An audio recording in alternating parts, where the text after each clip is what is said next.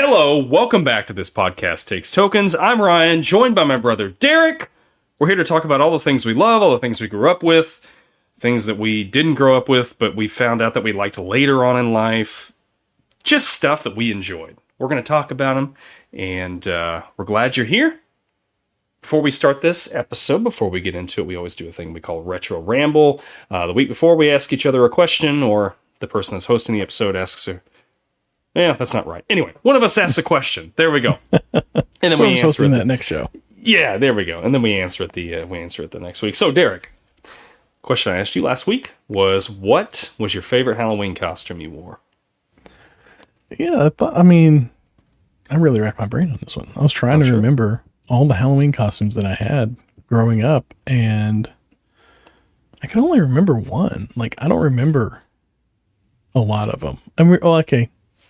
I take that back. I saw a picture. I remember another one, but I'm not going to sit here and talk about all of them. But yeah, so like there was only a couple that stood out in my mind now. But the one that I think I liked the most, that I had the most fun with, I was, I think 11, maybe 12. And I went as an undead punk rocker. And I did like white through my hair, and then took color and like mixed that in too. So there's like multicolor thing going on, which the color didn't show. It just ended up being white because the white was so heavy, I guess. And it was like a paste. It was like a hair wax paste or something. Sure. Yeah. So, and then I, just like a t-shirt and a jean jacket and a pair of jeans, and I was an undead rocker. There you go. Had fun with it. I didn't have a guitar or an instrument or anything like that. I was just, don't need whatever. It, right? Don't need it. Yeah. But, I like that one. I like the idea. I like a jean jacket, a denim jacket. But that was fun. And then I think later on we did like a family costume, a few years back, and we went as like the Avengers. And it was right around the Age of Ultron, so like we were all like Avengers, and that was pretty fun too. I think I remember Allison posting a picture of that on Facebook. Oh yeah, I think I remember seeing that. So yeah, it's out there. Yeah, it's. How about you? It's out there. Yeah. Yeah, mine was actually, it was sort of a family one. Just a couple of years ago. Yeah, this is kind of wholesome, but now Landon didn't dress up with us. I think he was at the age where he didn't want to do that. But our daughter was really into Frozen, so she dressed up as Anna. My wife dressed up as Olaf, and I dressed up as Elsa. Mindy made me a wig, and I had like a tutu that she made that looked like a dress that went over my jeans, and I had the shirt and everything. And so I liked that just because my daughter thought it was really funny, and she really enjoyed it. In every house that we went to, they were like, that's a good dad. It's like, what can I say? Right. So yeah, it was fun. It was fun though. That's cool. Yeah, I had a hard time thinking about, like, after I had asked you this, I'm like, I don't even remember. Now I gotta answer the question. What have I? Yeah, like the only other one I can remember. Like I don't even remember it. Like my grandmother one year made me an octopus costume. I guess that won several awards. I don't know, right. like gift cards and stuff around town, because they used to have costume contests or whatever. And I think I remember hearing about this octopus costume. Yeah, there's a picture of it somewhere. Legendary. Around, but yeah. I don't remember wearing it, but I remember seeing myself in a picture wearing it. So yeah. Anyway. Yeah, I know. I saw there was a picture that my mom has of me dressed as the Joker back in like 88 or 89. Yeah, sure. White face, red lips, green hair, then like a hat, a baller hat or whatever. Yeah. That was the Joker one year. Yeah. But I don't remember that. Yeah. Back when costumes were fun, right? Right. Yeah. Remember the old, like the plastic ones? It was like a trash bag that you wore with like a plastic thing that smashed on your face. So I bought one like that 2 years ago. I think. Oh, really? We were over at Spirit of Halloween, and we were getting just, my wife and I were picking up something for our daughter. And I found a Gizmo costume. Oh, yeah. And it's the the plastic The retro mask. throwback ones. Yeah, and then it's just the little smog Like a bib. Yeah. that goes over you that has It's just like a picture of the character. yeah. Yeah. It's not even like, it doesn't even make you look like the character. It's just a picture of the character. Yeah, exactly. Yeah. So I didn't wear that. Maybe I should have, but when I walked around with her, I wore the mask, but I was like, I'm not wearing this silly smock. So Yeah, we went and saw Gremlins in theaters like mm-hmm. 6 or 7 years ago. I took Bruce to see it in the theaters because he loves Gremlins. Mm-hmm. And they were doing like one of the theaters around us, they were doing like thing where they show the movie and then you get like a couple like souvenirs for it or whatever, and they do like a little like show and tell before and after the film. And there's a little some audience participation, like there was a scene where you throw stuff at the screen, like whenever the Mogwais were going crazy in the movie theater, they gave you some like little inflatable things you could throw around in the theater. And that was fun. And the guy that was hosting it was wearing a onesie, like a head to toe onesie that was Gizmo, like made him look like Gizmo. No And way. it was like soft and plush. Yeah. I was like, fun. where did you get this from, man? This is awesome. So, and then a few years back, we saw it in like some store somewhere, and I was like, that's pretty cool. I like that exists. That's fun. Yeah. Yeah. But anyway. Well, all right. Let us know what your favorite Halloween costume was. Yeah. Was it yesterday? Well, not yesterday. Was it last year, I guess? Or was it back when you were a kid? I don't know. Right. Derek doesn't know. I don't know. You know. Let us know. Was there something you wanted to be that you didn't get to be? Yeah. Yeah. Yeah. I like that. Maybe that's a good Retro Ramble question. Maybe for next year. Yeah. All right. We're going to come right back and get into the show.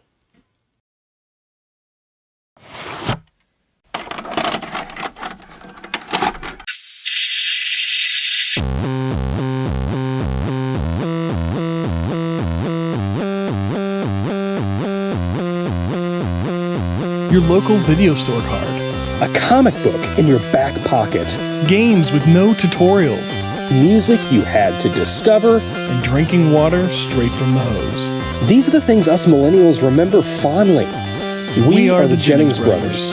Join us after the streetlights come on as we race our bikes from the top of the hill right down memory lane. Exchange those quarters because this podcast takes tokens.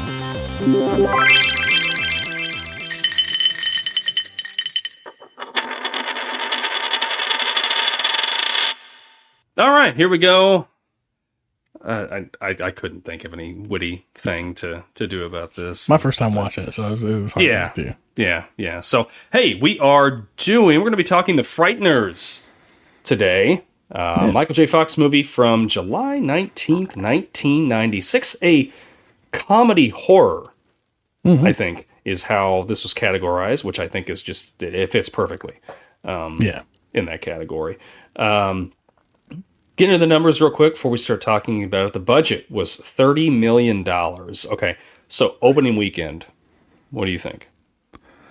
Well, budget $30 million. I expected a little more, but although this is Peter Jackson's first major motion picture. Yes. Not independent film. But okay, first not independent. Studio backed Dead Alive, major motion independent. Yeah, he did a few independents before that, but first big studio film. So I guess maybe they kind of pulling the reins on the budget. Well, okay, so box office, this released in July, and I read that was just a couple weeks after Independence Day, which was crushing at the box office, and a mistake on their part. Why they moved it from the fall to the summer, I don't understand. This is a fall movie. A Halloween movie. Yeah. But anyways, I'm guessing 15 million opening weekend. Oh no. Off. Oh, wow. 5.5 million. Wow. Weekend. Yeah. Okay. That makes sense. US and Canada. Now I'm going to go 15. 16.7. Oh, Worldwide. Wow. Worldwide gross for this movie on a $30 million budget. I think it got a little bit extra. I don't think it broke 20. I'm going to guess high 18. 29.3 million worldwide. Wow. Really? Yeah. That's interesting. Yeah. I wonder if that was all New Zealand. everybody coming out to support Peter Jackson there. They shot this movie in New Zealand, actually. They did. That's right. They did. That was one of Peter Jackson's stipulations for coming onto the film, was that it would be filmed in New Zealand. Yeah, yeah. He's done a lot for New Zealand. He has. Yeah.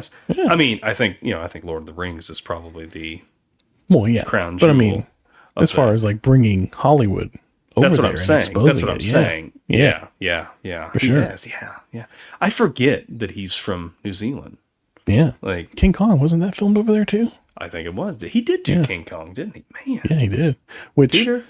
They wanted him to do King Kong after Frighteners, and he was already signed on to do Lord of the Rings, and the studio was like, okay, we'll wait and let him do the Lord of the Rings trilogy, and then we'll circle back to King Kong. Yeah. Which is smart. Yeah. Because I enjoyed that King Kong. Yeah, I remember it being pretty good. I remember enjoying it. Yeah. Well, man. And I know Lord of the Rings took like 3 years to film or something like that. Yeah. Like it was a long. It was a long slog. Yeah. We'll have to get into those one day. It's been a while since I've seen them. Oh, yeah. Rotten Tomatoes score. All right. What do you think the tomato meter is on this? Tomatoes critics. Mm-hmm. Critics like Michael J. Fox. But they often don't do good with humor, but they do like family type stuff. But I'm going to go with 60%. 66%. Okay. So, all right. I'm getting certified there. I'm dialing fresh. it in. Yeah. Popcorn meter. Popcorn meter. Now, they never match up. It's either going to be higher or lower by like a factor of 15 or 20. Except for last week. Except for last week when they were Dawn of the identical, Dead which was is like, weird. Identical, yeah. That was weird.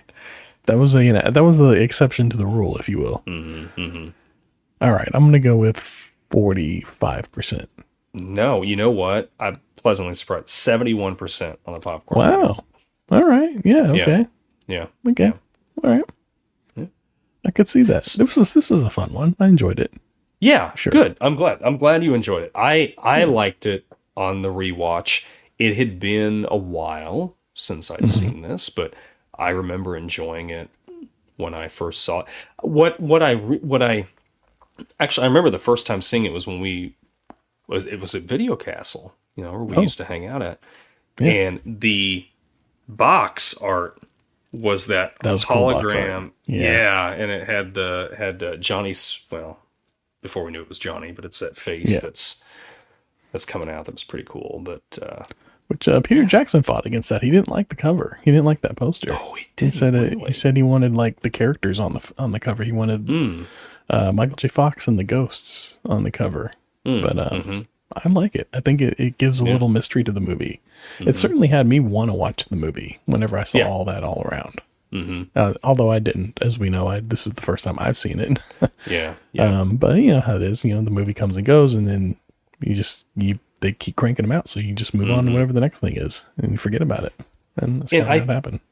I think so. I have this on my Fandango account, and the thumbnail is Michael J. Fox with the ghosts behind him. So I'm almost wondering if that was the poster that Peter Jackson wanted. Yeah.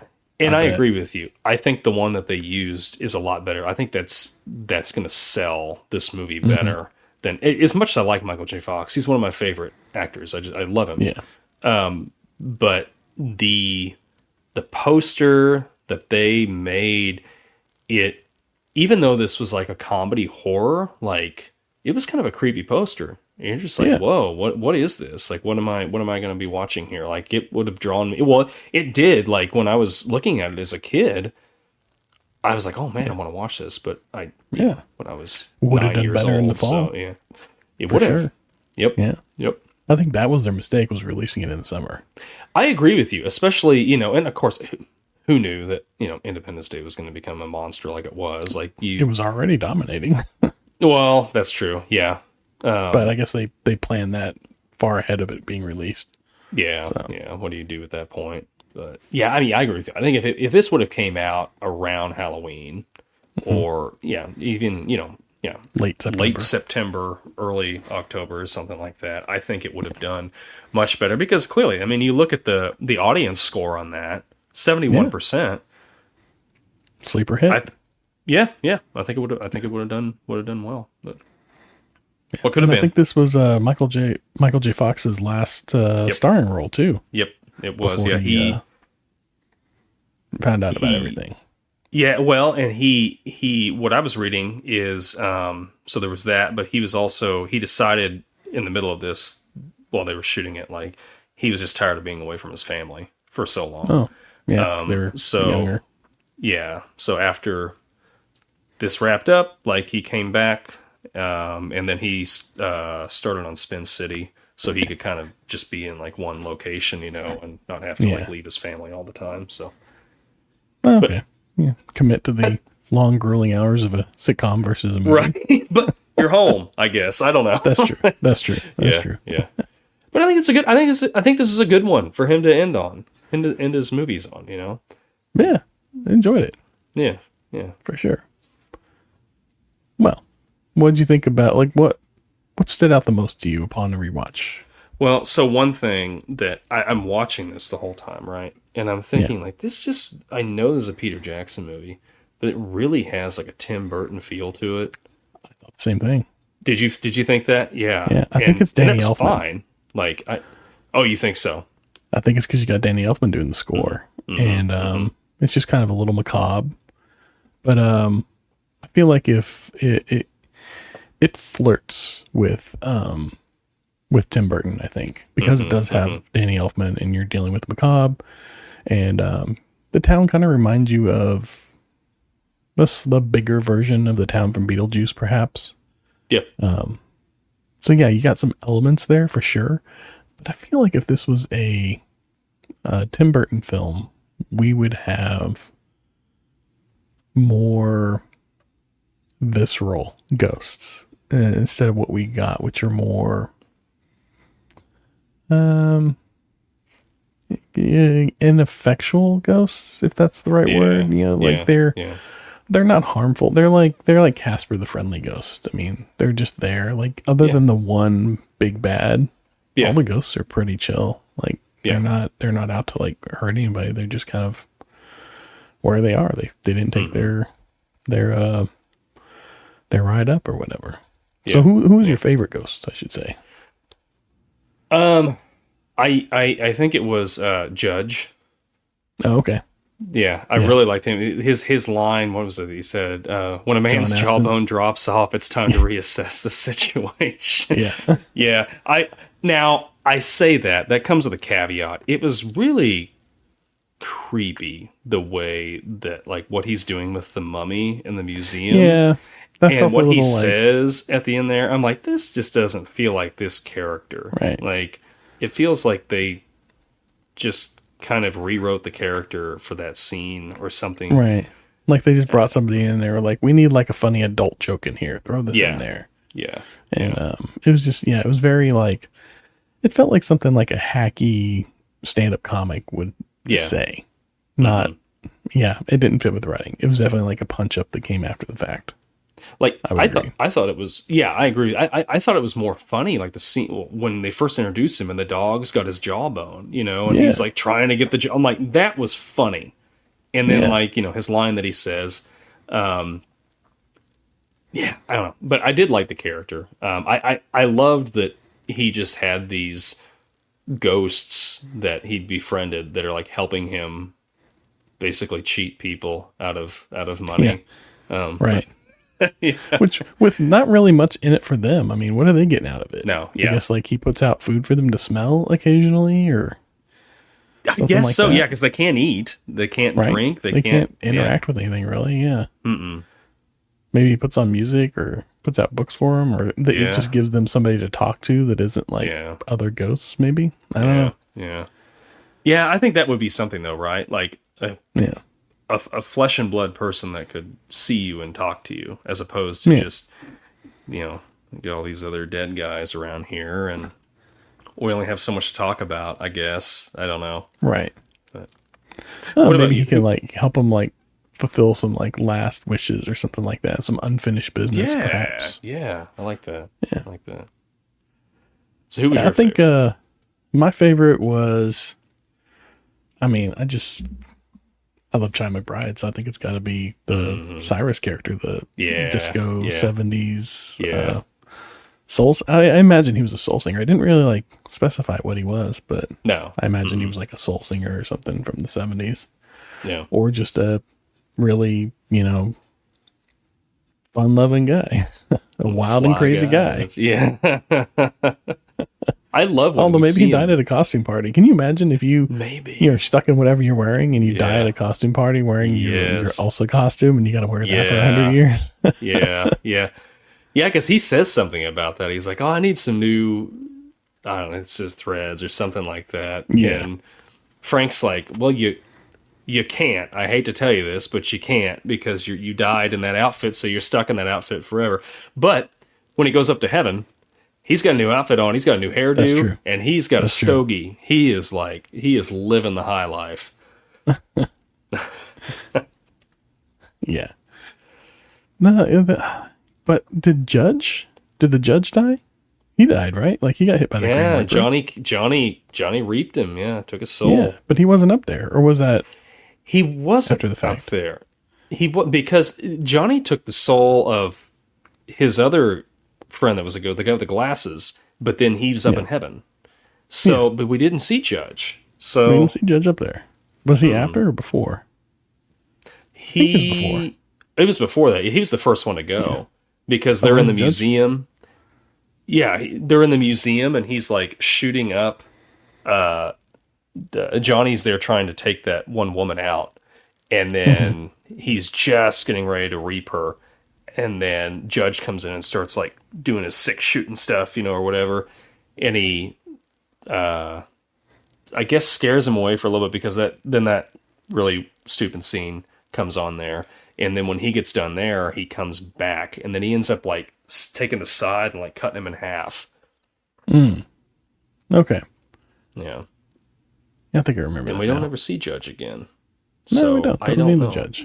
Yeah, like I would have thought we'd have seen. Well, although with the way he was behaving in the museum, maybe he didn't go to heaven.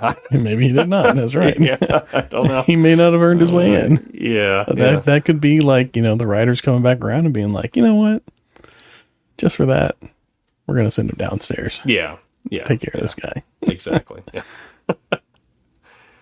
The special effects on this movie, like at the time, I mean, now they look dated, but like at the time, I remember those being like cutting edge. Yeah, like seeing just Johnny like come out of the wall and all that, and even the ghosts, the way they just illuminated them and just made them. Yeah, they were just it was really, really cool. It was fun. Even though it looks dated now, it was still fun to watch. I still felt like it was, it was really cool to see all those special effects that they did with it. I gotta say, it doesn't really, the special effects, whenever they don't age well, generally it doesn't bother me too bad. Just because like, there's that perspective of, well, this was actually the best for the time. This was pushing the envelope. This was progressing the art form.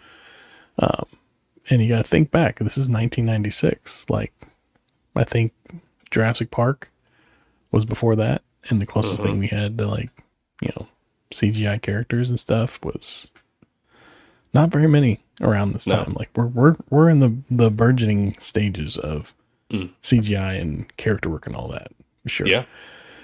And it was only with the wall stuff that it looked particularly jarring. Now, but they did a good job of blending the practical effects of like things being knocked off the wall to say, if you will, visually that there's a ghost behind there doing that, and then the shots of the ghost actually being projecting through the wall, and the two of them together, it kind of like waters down that aged look to it. I think it looks pretty good. I mean, especially when you think about it for the time, it looks really good. And they may not hold up, but they hold their own, I feel like, for sure.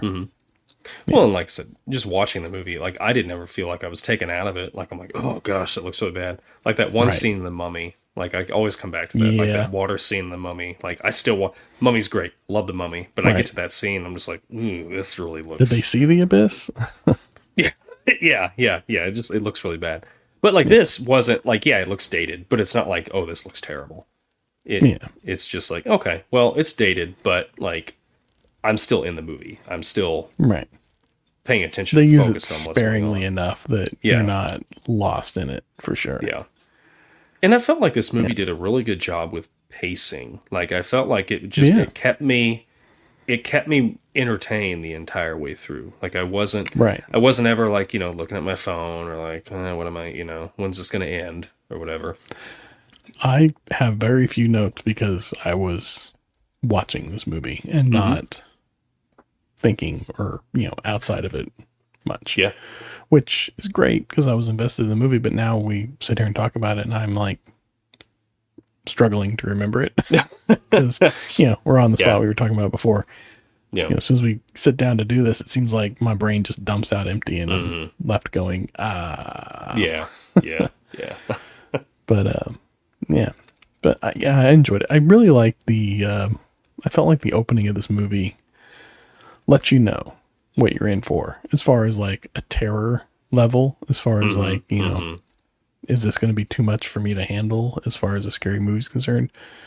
And you sit through that first scene, you're like, all right, if I can handle that, then I can handle the rest of the movie. I feel like, it's a good it's creepy. It's a good litmus test. Yeah. But it's not like, oh my gosh, I can't. I just can't watch this. And I think that's the thing. Like, I really think that, Peter Jackson and, I can't remember who co-wrote this with him, but I really think they were like trying to find that good balance of like, hey, we want to do kind of a horror movie, but like, we also want to do a comedy. So like, let's try to figure out a way to blend these. Cause you don't really, you've got a couple, what was that? Tucker and Dale, versus Evil or whatever. Like there's stuff like that. Like there are some comedy horror movies, but they're kind of few and far between. There's not that many, if I remember right. They tend to either be like very screwball and what's a good term for it? Gratuitous in a lot of ways that are just unnecessary to the story, or it's like Casper or something where you're like, it's fine, it's fun, but I'm not going to watch it every year. Like it doesn't. Yeah. But yeah, like then you get like really good ones like Shaun of the Dead. That's a good like balance. Yeah. Or this one, that's a pretty good balance. I felt like, and I enjoy this. I want more of those. I really enjoy a good horror comedy for sure. Anything with it, anything that's a slash comedy, I'm down for. Yeah, exactly. Yeah. What'd you think of Ray? So, Ray, which one was Ray? Oh, Ray was the FBI agent, right? No, the husband that died of, I can't remember what his love interest's name, what his wife's name is or whatever, but she really forgot about him pretty quick. I don't blame her. He was forgettable. He was kind of a tool. Yeah. I feel like they were already like, she was already counting the days on that one. Like, I think she was plotting her exit already. Yeah. That was, he was a jerk. He was not a nice guy. I mean, he wasn't a horrible person. Like, he's not out like killing people or robbing banks. He's just a jerk. That's all he was. And, just enough unlikability that whenever, the main girl and, Michael J. Fox kind of start sparking, you're like, yeah, okay, it's fine. Yeah. We'll let it go. Yeah. Ray who. Yeah. Which I don't remember seeing her in much else or anything else really. Like I was like, I'm surprised I haven't seen her in anything else, but yeah. I couldn't really find much on her IMDb that I was like, oh yeah, from that thing. I don't. This is like the only thing I know her from. Yeah. Yeah, I'm kind of looking through here now. Little Women, I guess, but I'm familiar with that movie. I never watched it, but yeah. It's just one of those. I don't know. So let me ask you this. Yeah, go ahead. well, let's finish up the Ray. Oh, I was conversation just first. Ray was, yeah, he was just a tool. Yeah. It was, I was fine seeing him go. I thought it was kind of funny when he had died and then Frank's interacting with him and he's like, he's trying to, I gotta get back to my body, and all this. And you're like, well, Right. you really can't. And Done. yeah, just kind of felt like he got what he deserved. But Yeah. anyway, I was curious what your for thought was on him. Yeah. Which, like, he was, I don't know if you noticed throughout the movie, he was decaying fairly rapidly as a ghost, whereas the other ones seemed like they didn't, like, they were kind of still, like, I don't know why the Judge was so decayed versus, like, had he been around for like 150 years? Oh, yeah. Judge is so like from the Wild West. Like, he was. Yeah. But didn't Michael J. Fox's character say that after 100 years, they get the chance to go? I guess he just didn't go back up or whatever. Yeah. Whenever his chance came around. So he's just been out there for like 150 years or something. Just hanging out. Right? Decaying. Well, I guess he didn't want to call it a day. Yeah. I think he does by the end of it, though. He's just like, well, yeah, I don't think he has a choice because he got raped. Yeah. But, yeah. I don't know, I thought it was, I thought Ray was decaying fairly quickly, but I didn't know if there was like a reason for it. It seemed like every time he popped up, he was a little more drippy, a little more runny. Yeah. And just kind of like, I couldn't figure out, like, there was no in-canon reason for it that I could ascertain, I wonder if maybe that was something that was cut out. Like, must have been. There's a maybe direct cut explaining version like, of it. Oh, there is. Okay. Yeah. In fact, there is a Blu-ray set, a 6-disc Blu-ray set for this movie. Wow. But it's like, there's a disc that's the director's cut version on Blu-ray, and then one of the discs is like the director's cut 4K, and then another disc is the theatrical cut Blu-ray, and then you got theatrical cut 4K, so there's 4 discs right there. And then they did like I'd never heard this term before, a matte box version of the film, which is where, so like whenever they film on the 35 millimeter film, it's a little taller than like a widescreen, like a 16:9. And so they just leave that extra, they don't crop it down to 16:9, they just leave that extra top and bottom, so it's a little taller. It's almost, they said it's almost like an like IMAX, but not quite. Interesting. So there was another version, there was that version of it as well, and then there was like a disc of like bonus features. Well, it was like 4.5 hours of bonus features or something like that. And then the director's cut is like 20 minutes longer or something. So something to look forward to if you're really into the movie. But it's a big box set. That is a big box set. Yeah.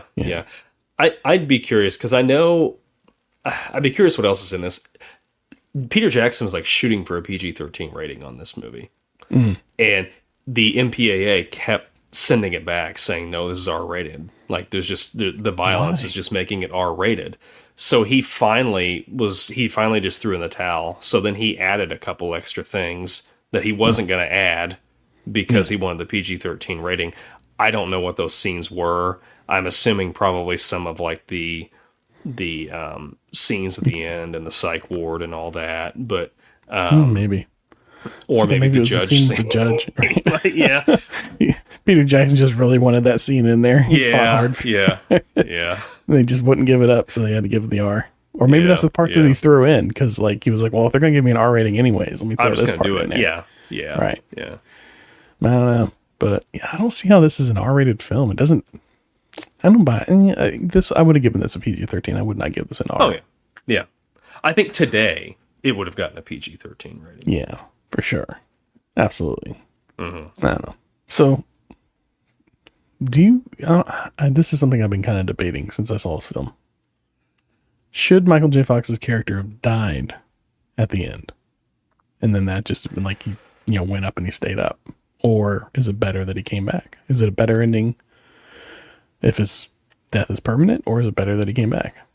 I thought about that when I was watching this, and I'm like, I wonder if the original script had him just like permadeath. He's done. Right. But I think being with Lucy is kind of his reward, right? For for taking care of this dude. And yeah, I don't know. I mean, I think he is in a better, I don't want to say a better place, because like, well, you're in heaven, or you're on earth and you're dealing with all these ghosts. But by the end of it, we know that Lucy's had a traumatic experience, so she can see ghosts. So he's with somebody now that completely gets him, and I think that's good for him, because before, like, he's really, after he lost his wife and everything, he's just in a depressive state. Like, he didn't finish the house. He's just existing pretty much, and just trying to, he's a ghost, earn money. Yeah, he is. And yep, he's a ghost.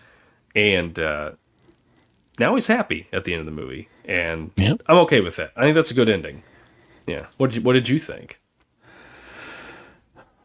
Yeah, I kind of went back and forth. I'm still going back and forth on this one. I think it is better ending that he comes out. Like, I mean, you kill him off, and you have like a defendant. Like, yeah, you gotta have the happy ending for sure. Yeah, you gotta have the Scooby Doo ending, or the the mega happy ending, or whatever. Yep, we don't always need the Scooby Doo ending. No, but yeah, I think it's a good ending for sure. Did he see his dead wife up in heaven when he went up? He did. Yep.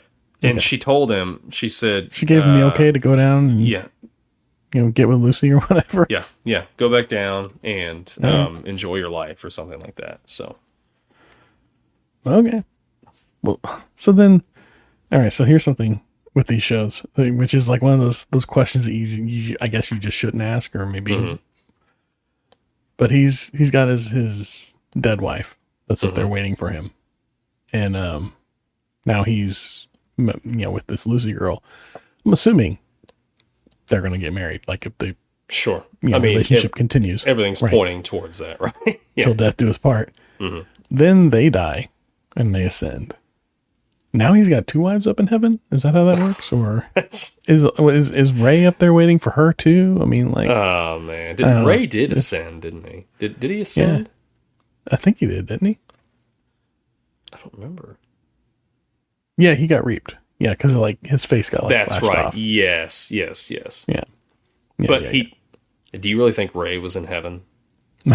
He didn't show up at that scene, so no, he did not show up in the scene. Yeah, so but he wouldn't have. I don't know. Yeah, I don't know. I don't know. One of life's great mysteries. Who knows? Right. I don't know. I thought it was worth a thought. But, yeah. Okay, so I got one last little fun fact for you off of this movie. So, okay, that's wrong. Not a fun fact. Kind of a bit of a sad fact, actually. Dee Wallace, who plays the crazy lady in the movie, the serial killer's girlfriend or whatever. Yep. She was also the mom in E.T. Oh, that's right. She wasn't she? Yeah. Yeah. During the filming of this, her husband died, like, of a heart attack. So, like, she flew home, and he was in the hospital, and they did, like, heart surgery on him. And then he was like, go back, finish the film, I'll be fine. So she goes back, and then, like, 4 days later, her husband dies. That's like, he had a blood clot from the heart surgery or whatever. And, just died. And so she then flew back, took care of service and everything like that, went back to filming, and just, like, had a rough time of filming it. Like, she said, like, one of the first scenes that she filmed when she came back was the one where Michael J. Fox's character dies at the end before he could, when he reaches ascending or whatever. And she said that one just, like, really messed her up. Like, watching him die, it just, like, she just saw her husband dying all over again or something. Yeah. Which, like, that's just, like, I can't imagine. That's just wild. Yeah, that's what rough. A trooper to continue with that. And, like, they kept telling her, like, we got it. We can film around you and everything. And she was like, no, I'll finish up the filming and everything. But yeah, and then Peter Jackson stepped up and covered all of her costs for having to fly back and forth and everything, because the film department was going to charge her for all that, and she's like, that was going to end up being more than I was making for the movie. So, yeah. He ended up covering it for her, which was nice. But see, that's just wild. There are good people in Hollywood. There are, right? There are. They're usually from like New Zealand or something, but yeah, you gotta go. Yeah, you gotta go to New Zealand to find them. But yeah, I had not heard that. Yeah. Yeah. I was watching an interview with her earlier today, and I was just like, man, that's rough. But, Yeah. well, that's what happens. Yeah, I mean, that feels like that would like be too close to home. I would not have been able to like return and finish filming a movie like this, dealing with all that it's dealing with while you're dealing with the same stuff. Oof. Yeah. That parallel's too close for me. Man, well, I guess they would have just had to reshoot with a different actress all her scenes or something. Like, I don't know what else they would have done. Well, they said they were going to like shoot around her because they were close to being done with her part. So they were just going to block around her and shoot from over the shoulder and stuff. But anyways, interesting. Any other final thoughts on the movie? Because you're tapped out. Yeah, there's a couple here. So sure, let's go through. The one thing that I thought was interesting. So Michael J. Fox did his own stunts in this movie. Okay. Didn't have a lot of stunts though. No, he didn't have a lot of stunts. But the scene where he's in the woods and he jumps on, he's trying to jump on Johnny as he's like killing that lady. He broke his foot doing that. Oh. And so he was out for like, I think a week or something like that, which Peter Jackson had said like that actually ended up being a blessing because he wasn't sure on how some of the scenes, like there was a couple scenes in particular, he wasn't sure how they were going to play out. So they gave him like an extra week to write those scenes. Think through stuff. So I thought that was interesting. Yeah. I liked Frank's business model because he offers a 6-month guarantee. Yeah. Which I thought, like, that is just such a funny touch. Like, that's just a little something. I wonder, I couldn't find this anywhere. I wonder if, like, that's something Michael J. Fox just improv'd or if that was a Peter Jackson thing. But I thought that's such a nice touch for that character. Just to be like, well, I offer a 6-month guarantee. So does it mean in like 6 months he sends the ghosts back out? Yeah, I think so. Yeah, you got to, right? Gotta have repeat customers. Yeah. And what are they? I mean, we discussed this. Like, what are they getting out of this? I guess maybe they're just having fun spooking people or something. Like, that's true. Yeah, I guess they could be having fun with it. Get a nice place. Well, I won't say nice place to live because his house is falling apart. But yeah. I did see that Michael J. Fox was struggling behind the scenes with the judge character, and he kept referring to him as Doc because he looked so much like Doc Brown to him. Yeah, which is just funny. That's I do remember seeing that, and I thought, man, that would have been what a missed opportunity to not have Christopher Lloyd play that role. Right. Like when we watched the trailer, I thought it was Christopher Lloyd for a minute. Yeah. Yeah, and then watching the movie, I was like, "Oh no, that's not. That's somebody else." And then I looked up, and I was like, "Oh, it's John Astin. Go figure. Gomez." Yeah. Yep. Yeah. Oh, what did you think about the FBI agent? I hated him. Oh, such a jerk, right? Like, who is this guy? How is he working with the FBI? Yeah, like that guy, that whole character, I felt like they could have done without, or made him more of like a straight up FBI character.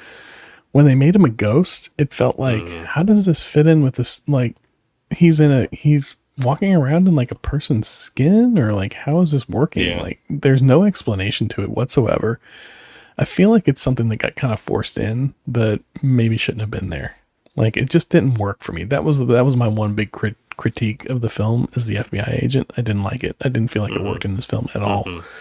And it just felt shoehorned in, and it didn't fit within kind of this mythos that we've been building. Because it's like I said, is he possessing his old body or what? No, I think he got killed because when they're up in the psychiatric place at the end. Yeah. Like Michael J. Fox, Frank like drops back right as what's her name's firing the shotgun, and it blows his head off. Yeah, but he's like a ghost underneath of that. Oh, I took it as all of a sudden his ghost like came out of the body because he just got killed. Oh, he just got like instantly. Okay, well, I guess that would kind of fit a little better. That's how I thought he was like somebody that was like some ghost that was possessing the body and meddling upset with Michael J. Fox for some reason, and it was like not really well explained. Yeah, Because I seem to know a little bit more than like the average person does about this type of stuff. And he had like talked that he was like that was his specialty. Like he'd infiltrated cults and stuff like that. So like he kind of had an idea of like the supernatural sort of stuff. But I agree.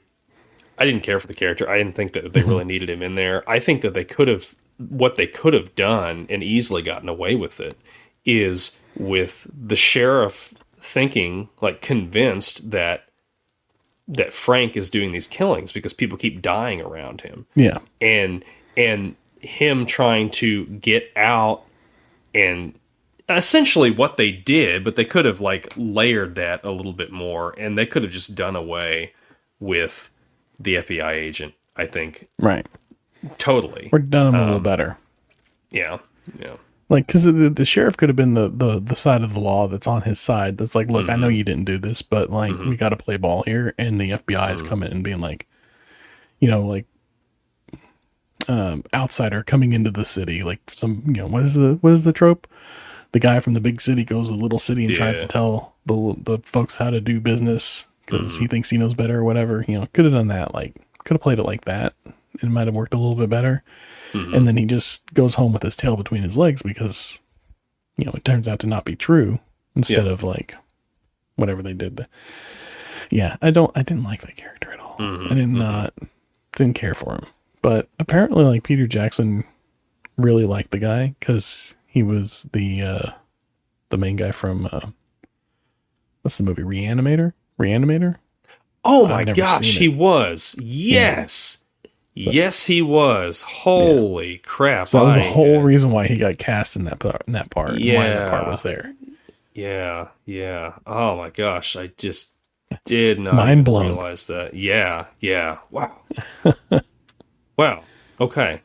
Well, okay then. I'll take it, I guess.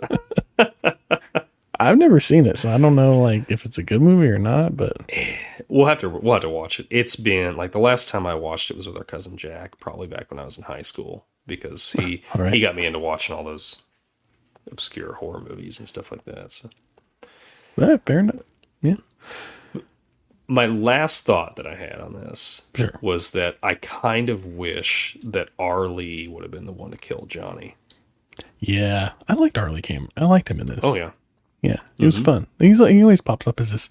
I mean, he's always kind of the same character in every movie. He's always some version of this drill sergeant character, but it's fun. Yeah. It's fun. I love having him in a movie. Yeah, yeah, yeah.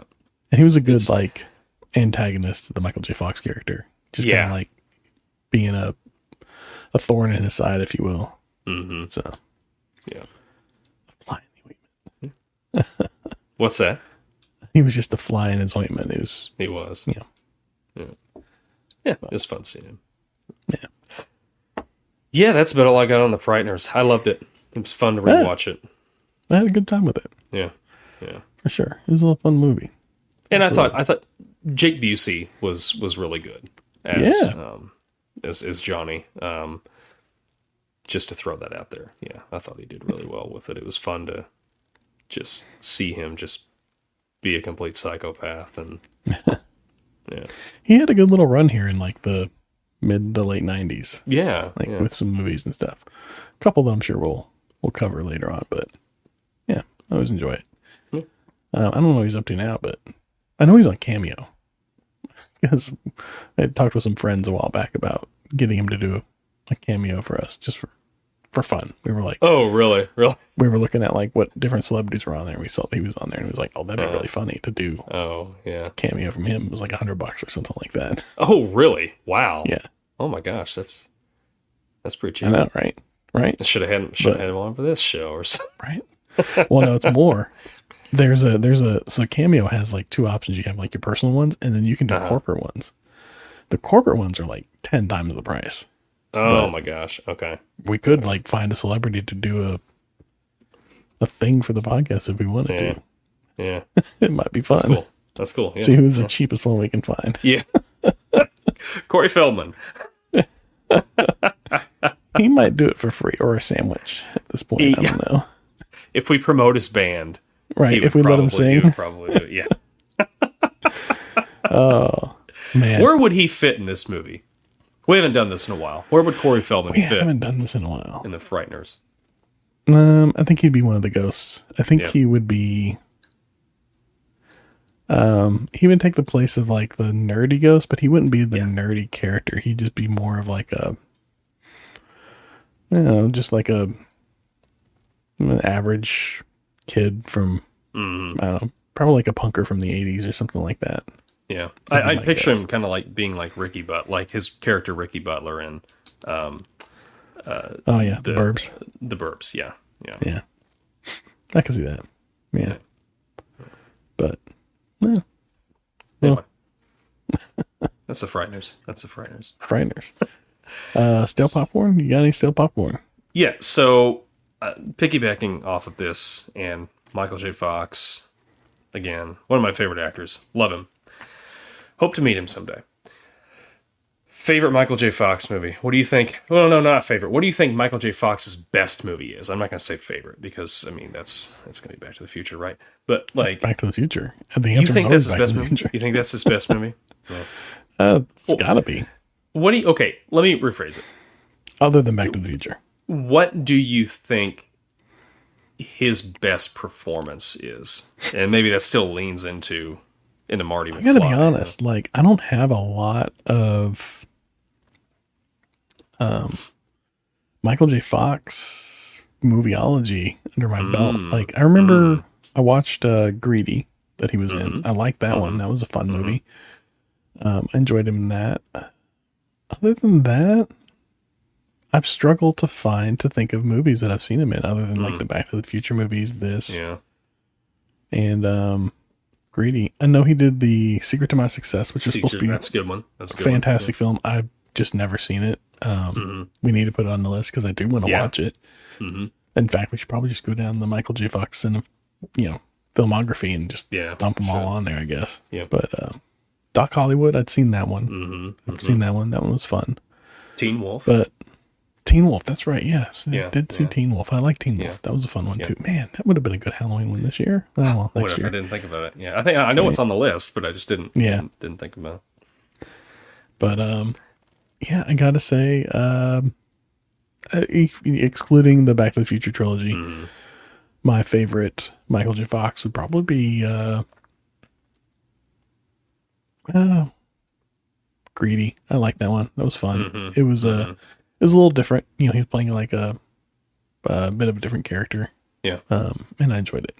So, what about you? It's Casualties of War. Okay. It's a Vietnam movie. It's got Sean Penn in it, and he's part of this platoon. Are you familiar with it? Yeah, I'm remembering it now. I've never seen it, but I've seen like it referenced before. Okay. So yeah, for the listeners that don't know, like he's part of this platoon, and the rest of the platoon is like starts doing just like some really bad stuff during the war. Like they're basically murdering people and raping and just doing stuff like that. And he's like the one person that doesn't like think this is okay. So it's just this dynamic of like them. If I remember, it's been a while since I've seen it, but they try to kill him and everything. Like it's wild, but kind of not a very famous movie of his, but it's it's really good. I went through a kick back in high school where I was just devouring any Michael J. Fox stuff I could get my hands on. Like I read his book, and I was really got a new book into. Coming out. Does he? Yeah, there's a I'll new one check coming that out with out. him. Yeah. Okay. I had like bought the DVDs for Family Ties. Like I was watching through all that. Although oddly, the one show that I've never watched of his is Spin City. Oh, really? I've watched that. That's fun. I enjoyed that one. Yeah. I'll have to. Yeah, it's even good with Charlie Sheen. Charlie Sheen comes on afterwards. It stays good for most of the run, I'd say. But I enjoyed it. Yeah. It's a fun one. Absolutely. Go check it out for sure. Yeah. I might make that one of our TV ones one time just to make you watch the first season. Yeah. I need to. I just love Michael J. Fox. I think he's just just seems, I've never met the guy, who knows, but he seems just like a really nice guy. Just, Yeah. yeah. So, Did you ever see the other show he did? Back in like the 2010s, there was a Michael J. Fox show, and it was like loosely based on his life. Like he was playing, I think, kind of himself, and like I forget who was playing his wife. I can picture her, but I can't think of her name. huh. And they had some kids. They were living in New York, and yeah, I think it's called like the Michael J. Fox show, if I remember correctly. Okay. It ran for like a season or two. Huh. And this would have been after he had his Parkinson's diagnosis. Yeah, yeah. Like I said, it was like I think 2010, 2009, something like that. 2013. Oh, okay. Yeah. Had one season. One season. Interesting. Yeah. Oh, and Betsy Brandt from Breaking Bad. She played his wife. Yes. Yes. But yeah, that's fun. Very cool. It's on Tubi. Man, I may just have to there you go. And watch that. Yeah. Catch up on your Michael J. Fox. Yeah. Yeah. I did think it was stale popcorn as we're talking about this movie. Yeah, go right ahead. Have you ever seen the TV show Ghosts? No, I'm familiar with it. I have not seen it though. Which this reminds me of that. Okay. Like it's kind of similar. Like she has like a traumatic. The main character falls down the stairs and like bumps her head. And when she wakes up, she can see ghosts, and there are ghosts that live in the house, and they set up like they do this fantastic job of like world building and establishing rules for the ghosts to follow, and like they can't leave the property that they die on. Basically, is what it is. So like they die on the property that she lives on, they can't leave. So like if they try and cross that boundary and leave the property line, they just end up, poof, right back in the middle. Yeah. And like there's some ghosts that like they discover later on. And then there's like some ghosts that die in car accidents, and they're forever tied to that car. So they can never leave the car. Yeah. So it's just interesting. It's fun. Yeah, that's cool. I knew there, so I know there was a British version first, and I had thought about watching that one because my wife and I had watched Call the Midwife. And we'd watched Call the Midwife, and there was a character that was in there that we really liked, and then like they kill her off, and then she left the show. She left Call the Midwife to go start on Ghosts. And I was like, I'm going to try this out. They kill her off on Call the Midwife, and she comes out as a ghost on Ghosts? I'm assuming that she is playing the character you're talking about just on the UK version. But I have not found a way to watch it. But I know think, like, Netflix has it. Do they? Or I know, well, like whoever has the US version of it, Peacock, I think, right? Mm-hmm. It's either Peacock or Paramount. I think it's Paramount, actually. Okay. They have both versions of it. Oh, they do. Okay. Yeah. Okay. Well, I'll have to check. I thought about going and watching it because it's similar. Yeah. And as far as I understand, like the first season follows pretty closely, but then like all these UK ones, like it starts to kind of diverge. Yeah. And then there's differences because like in the US version, one of the characters is a American Revolutionary War soldier. Yeah. And then you have a Viking. And then in like the UK version of it, instead of a Viking, they have like a caveman. And instead of the Revolutionary War soldier, it's like, I forget what it is. It's like a soldier from like a different time. Yeah. But, similar, but not the same. Mm-hmm. But yeah, if you check out the US version, it's fun. Enjoy it. It's like similar. Like I said, it's kind of like this world building, and it builds on kind of what you have here. But I enjoy it. Yeah. I'll check it out. We ready for the Retro Ramble this week? Let's hear it. All right. Here's my Retro Ramble for you for, I guess, next week, if you will. You're 14, let's say. And you're homesick from school, or you're out of school for whatever reason, like staff development day or whatever, and it's just a random weekday. It's not a holiday. Your parents have gone to work. You have the house to yourself. What are you watching on TV, and what are you doing with your day? Like, yeah. All right. Sounds good. All right. What am I watching on TV, and what am I doing with my day? Yeah. You got 8 hours. What are you going to do? Yeah. All right. We'll be back next week with an answer for that. If you want to answer in the comments, we'd be glad to talk about it. But with that, thanks for watching and thanks for listening to This Podcast Takes Tokens. We had a lot of fun and I hope you did too. Make sure you don't miss a single episode. Make sure you're subscribed wherever you get your podcasts at. And as always, be kind, rewind, and until next time, see you all around. See ya.